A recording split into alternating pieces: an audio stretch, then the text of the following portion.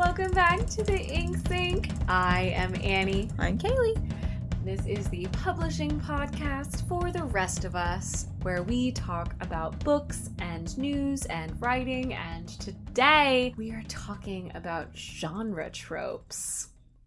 For those of you who are confused, we actually changed our format last episode. We are bringing this to you. Our main topic section is going to be on its own this week. Dun dun. Sorry, I'll stop. But also, yes, we're changing things up a bit just because we got some feedback. You guys asked for this. That's what you wanted. You want us every week? This is how you're getting us. Oh my god. Stop complaining. Stop loving us so much. Ugh, you weirdos. So the episode this week is just going to be our main topic. No news. If you are interested in the news, recent publishing events, you can go and listen to our last episode. That should be the very last one in your feed. So today we are starting a brand new series on genre tropes. We decided that this was something we were super interested in exploring as It's a fun, very interesting, and very immersive topic in fantasy. It really is, just to be clear. And just tropes in general. Tropes it's something that has just been written enough and formalized enough in such a way that you're able to kind of draw, not necessarily like rules, but literary similarities for the topic. And that's how it becomes a trope. That is what defines the trope. And so some of the initial topics that we're discussing are, what are these fantasy tropes? Or what are the underpinnings for our favorite genre? Because we're both fantasy nerds. And so we'll start there, and we may have other tropes that we discuss within fantasy, but that's kind of our initial launch point where we'll ultimately branch out from. Yeah, so this is a brand new series. If you have any feedback for us, please let us know, or if you have anything you want us to talk about. I will say the main feedback that you guys give us that we have just not taken yet is that you want to hear about book adaptations, because that is such a broad topic. That's not even a topic, really. That's just like an idea. It's a vibe, and that's fine. We like vibing, however. Give us more specifics. Anyway, so we each decided that we're going to pick a trope within a genre, and we settled on the fantasy genre. Again, as Kaylee said, we are both fantasy nerds, and I chose the Three Witches trope, and you chose the Chosen One trope, I believe. Sure did. So I'm gonna start just because I'm very excited. I hope you don't mind. Thank you. I know, I always love it. Thank you. I wanted to talk about the Three Witches trope in fantasy. So normally you'll see the Three Witches out there as guides or something similar. And I will preface this by saying that all of my research was on the Western European tradition of the Three Witches. Obviously the most famous case is in Macbeth. The three weird sisters in the forest telling Macbeth that he will be king, but only if X, Y, or Z, etc., etc. Yeah. I feel like I had a slightly stronger Greek mythology phase than you did, at least. I think that the idea or the concept of the trope appeared and was potentially subverted many times throughout most of the literature that I read. Patricia C. Reed had a lot of that in her comedy series about the Forbidden Forest, which was absolutely delightful, and I thoroughly recommend. They're very quick reads, and they're just a lot of fun. One of her probably most iconic characters is Morwen. Pretty sure I'm remembering the name correctly, who's a witch who is uninterested in all of that nonsense. But speaking separately of the less modern variety to the myth, the Greek mythology is chock full of it because it's based on the fates. Specifically, you had the crone, the mother, and the maiden. In the fates, the one who held the shears, the architect of the design, and then the one who cut the yarn, which was your life, essentially. That's been around for a very long time. Mm-hmm. And it weaves very thoroughly through Greek mythology, which, speaking of sort of ancient archetypes and tropes, I picked out the chosen one, pretty much every single possible Greek hero yeah, exactly. was chosen in some form or fashion, frequently to their detriment. Yeah. The fates were not always kind, and that is, the three witches are not always kind. And that's what happens with, as they are very thoroughly maybe defined as anew in Macbeth, which was Shakespeare's revitalization. Macbeth doesn't do great. I mean, he's not a great person. No.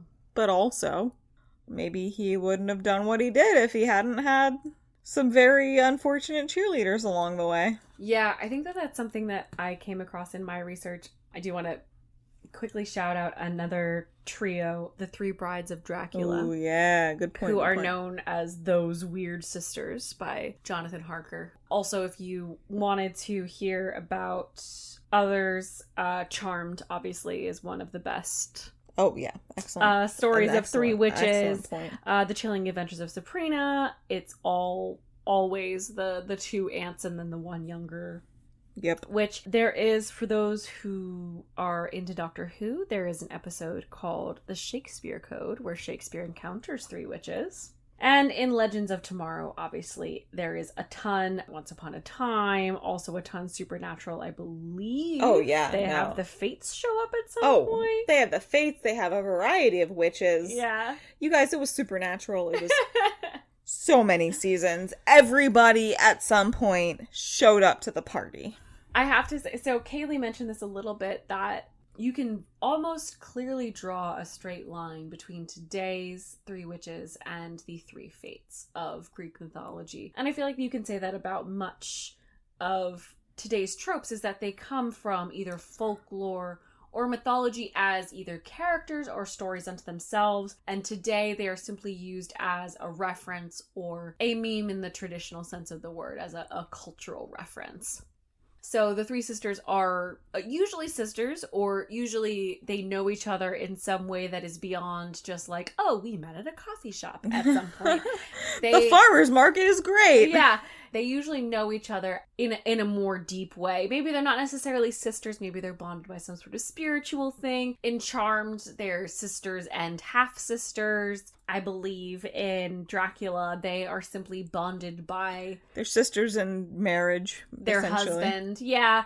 So they are thrust into a situation together, and they are, as Kaylee said, usually not a good omen. When you see a witch, in the way that, seeing a witch in general is not always a good omen. But, and I thought this was really interesting. I got this from a blog post on Tor.com. For those of you who don't know what Tor is, it's a publisher of genre fiction. And this author talked about all of the ways in which all the places in which you see the three sisters as witches throughout literature. And one of the things that they called out is that farther back in the past, they were actually more akin to fates, where it's kind of neutral, like who lives, who dies, where they're going. It's not personal. The fates are just weaving threads. A thing has to happen, whether you're the person that causes the thing to happen. Right. And much of mythology is about people going to the fates and saying, I would like to change this, and them being like, oh no, we don't change. It's not like a matter of us directing anything. We're just weaving threads. This is just what we saw happen, and we gotta do it, bro. Sorry. So, for a very long time in literature, these sisters, as they appeared, were kind of neutral, sort of like a genie. If you asked for something, they'd give it to you, but it might not work out quite the way you wanted. Or frequently it didn't. They would show up and tell you what happened, but you misunderstood what they were saying, as in Macbeth, where he totally misunderstood what they were saying and then acted on it and suffered the consequences of being wrong. Which was what they saw. Yeah. Moving forward after that, they kind of get into a sinister vibe. So we haven't talked about this on the show before, the effect of King James on literature from Europe, but we should one day.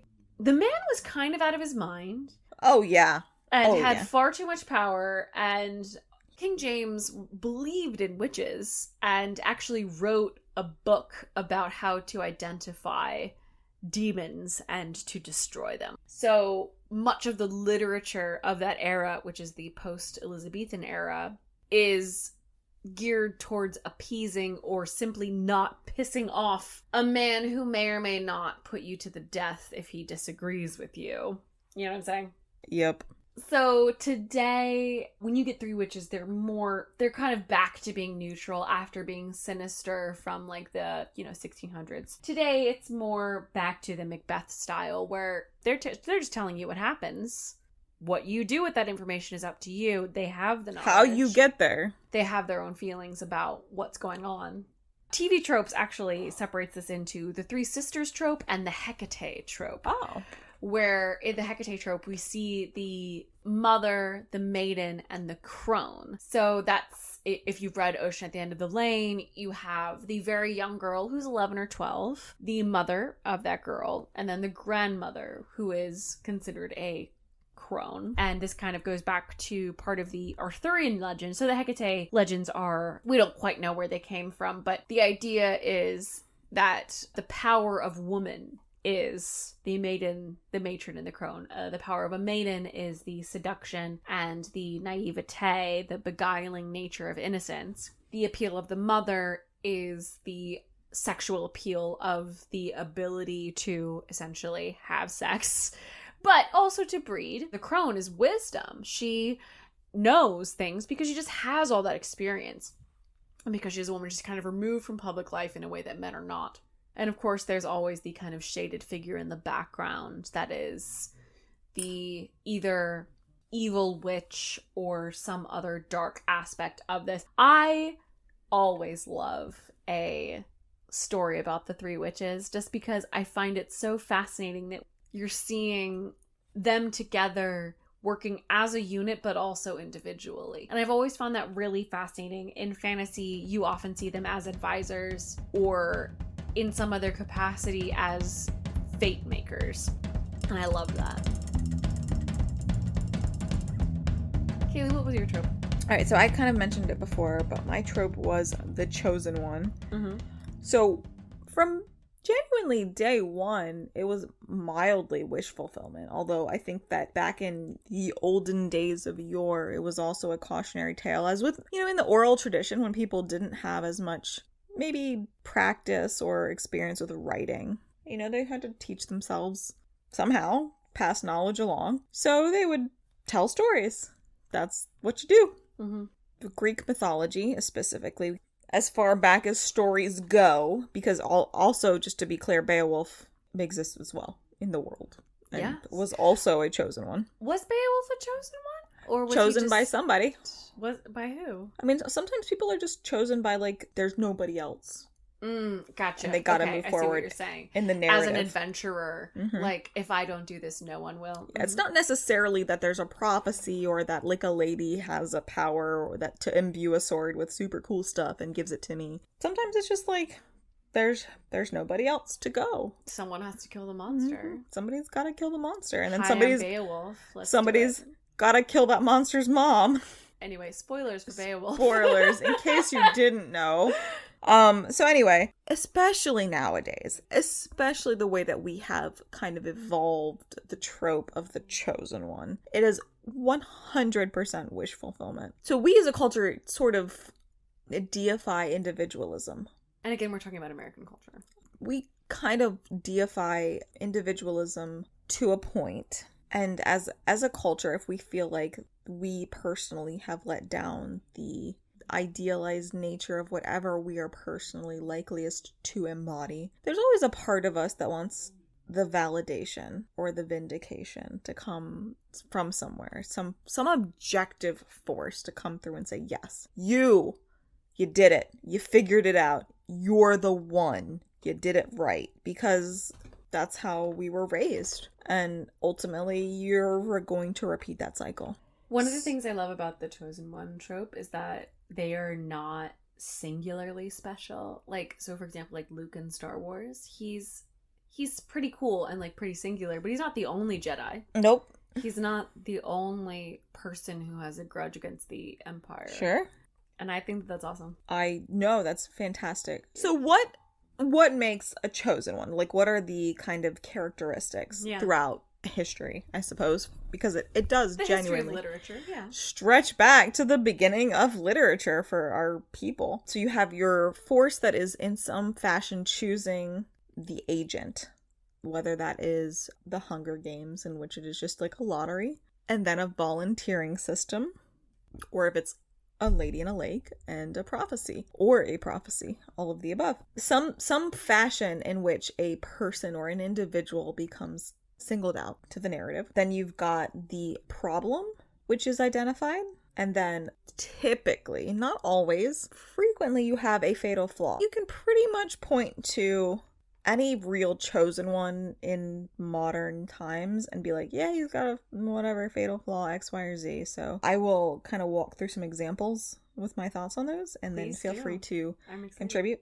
Yeah. So historically, you've got, obviously King Arthur, we had mentioned briefly, and we've described the Lady in the Lake. Yeah, well, King Arthur he was just a guy. Like, there was nothing particularly special about him other than the circumstances of his birth and the fact that Vivian was like, he deserves a sword. And he gets a sword, but he doesn't get any special training. And there are discussions as to whether the sword from the Lady in the Lake is the same sword as Excalibur, etc., which is fair. At the end of the day, Arthur was differentiated. And then his flaw, in many opinions, is that he was very trusting because he didn't get the training. He was raised as a commoner or as a serf, essentially, in his mythology, or as a potential general in the Roman army, and wasn't necessarily intended to lead after a certain level, but did.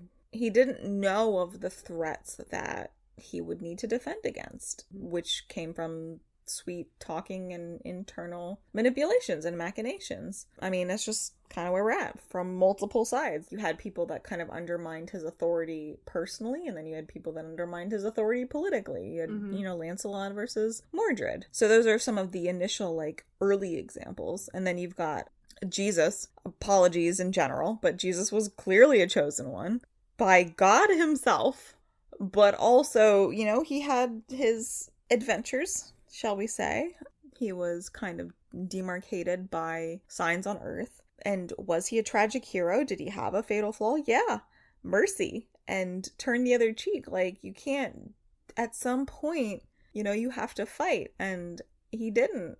So, I obviously was not raised religious, so maybe I have a dumb question, but I thought he did have, special powers. Sorta. Like turning water into wine. Yeah, he has powers. Many of them do have powers. Arthur had a magic sword, and if he kept that sword and kept his courage, he couldn't be defeated in battle. But he couldn't always do those things as a person, as a mortal person in the world. And that's what happened to him. So Jesus was very clearly a chosen one in the literature narrative of the Bible. His, again, in my opinion, fatal flaw was mercy, and I think there are some discussions on that topic separately. But there are non-controversial people, like Oedipus was chosen. He was sure there was a prophecy and everything. It wasn't good for him. It wasn't good for his dad or his mom. Everybody was unhappy about this. He didn't choose anything he was chosen. So, again, there are some modern classics. You've got Lord of the Rings. You've got Star Wars, obviously. I kind of mentioned the Hunger Games, Narnia. That kind of really hits into play at the very end of the series, the Chronicles of Narnia, because one of the elements is the whole death aspect, and it pretty much die at the end and kind of do the transition. Not all of them, but most of them. Spoilers for the Chronicles of Narnia. Sorry. So for the Lord of the Rings, which I'm not going to get into the Chronicles of Narnia, there's many characters and there's a lot of different flaws, so I'm not going to really discuss that in depth. So Lord of the Rings, Frodo's, I would say, was more indecision than anything. I mean, he also chose himself. He didn't need to do that. No. He could have handed that shit to someone else. He tried, but at the end of the day, there were a lot of things he could have done. He did choose himself at the expense of the world a few times. He stayed in the Shire when he knew there was a critical thing happening and could have left earlier. So, I mean, at the end of the day, his rashness, I would say, is indecision, and then rashness in making a decision was probably his flaw, because otherwise he was perfect. genuinely did his best throughout that whole trilogy. And ultimately, he made great friends and was able to finish out things because of those good characteristics. But if he hadn't had those, he wouldn't have made it. Star Wars Anakin, explicitly defined, especially via the new trilogy, as the chosen one. He was really interestingly chosen almost in like a Jesus way. The Immaculate Conception, the prophesied baby, all of those things. And at the end of the day, two things were pretty apparent, which is that you can still fulfill your prophecy and fuck it up until the very last moment. But also, like, people can be really confused. So for Anakin, his fatal flaw was fear. At the end, like at the very bottom of everything, he was afraid of loss, and that made him lose everything. And at the end of things, it was the letting go of that fear and embracing like Luke and whatever, and the love of the future, and like just acknowledging the fact that things would go on and that his son would be around as a person regardless of his presence, whether he could do anything to help him or not. Let him pass into the light and kind of redeem himself. That's very insightful. I think a lot of people would say that his fatal flaw was his ability to be manipulated. I think it was through his fear. And then for Katniss, I think it was her loyalty. Her personal attempt to put her loved ones above everyone. And I think that for the story that was being told, I don't think that that particular flaw had an impact on the wider world so much as it destroyed her personally at every step. And I mean that every level of that particular story was designed to break the character that you as a reader were designed to emphasize with and empathize with, because it was dehumanizing, and that was just the way the author intended it to go. So that was the modern classic that I feel like at the end, when spoilers, so for Mockingjay, Primrose dies. She's the character that Katniss started this whole thing for, and she did so much to keep Primrose alive and safe. And at the end, it was a very senseless and inexcusable death, and there's no reason for it, and that's just war. And her flaw here is that she did all of those things and didn't keep anything back for herself, and it wasn't worth anything. And then she gave it all up. Can the chosen one have a happy ending? Yeah. I mean, that's the question. Sometimes, sure, but it's a matter of luck, it feels like a lot of the time. I want to slightly diverge because there are less depressing versions of this particular topic. Yeah.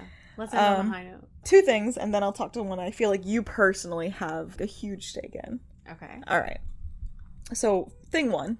Yes, that counts too. Not the first Pokemon movie, but the second Pokemon movie started a very hilarious trope of the main character being the chosen one. And like essentially what happened in this movie, the second Pokemon movie, 1999-2000, is that there is a weather phenomenon, and the main character washes up on an island that is doing like a reenactment or a play. And they ask him if he wants to be, quote unquote, the chosen one. And he's like, sure, it sounds like fun. And then Morgan Freeman came on and said, no, it was not, in fact, fun at all. Because it was a genuine prophecy. XYZ happened. There was some asshole going around. Anyway, This started a fantastic trope of this eternal, immortal 10-year-old boy being chosen for literally everything. He couldn't throw a Pokemon ball at something and not find out that that was the Jesus of Pokemon. And he had to, like, go take it to the, I don't know, Nazareth to make sure that it could turn water into bullshit honey wine. I got a mead. Anyway, Pokemon, guys. That is, in fact, he is chosen, and they are still trying to figure out a way out of that hole. They're trying so hard. Like, he's obnoxiously chosen. It's a very aggressive. He doesn't,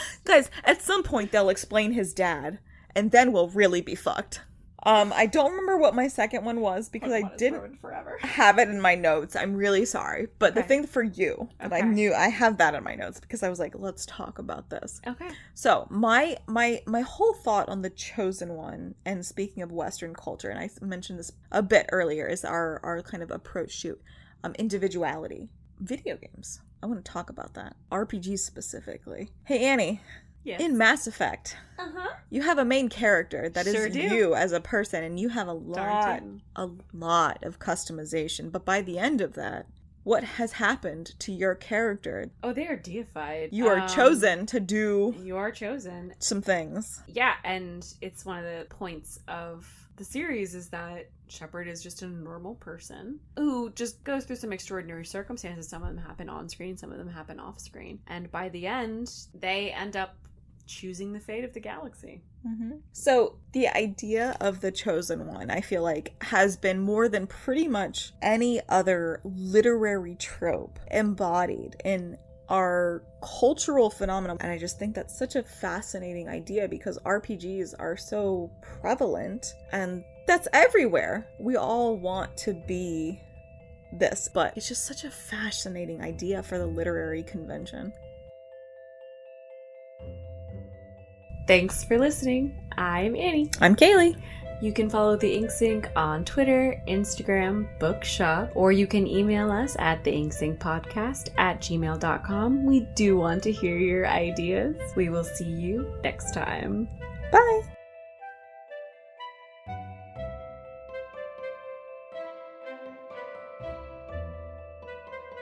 I'll follow your lead into the fires of Mordor. As you have up till now. Godspeed. We're doing it.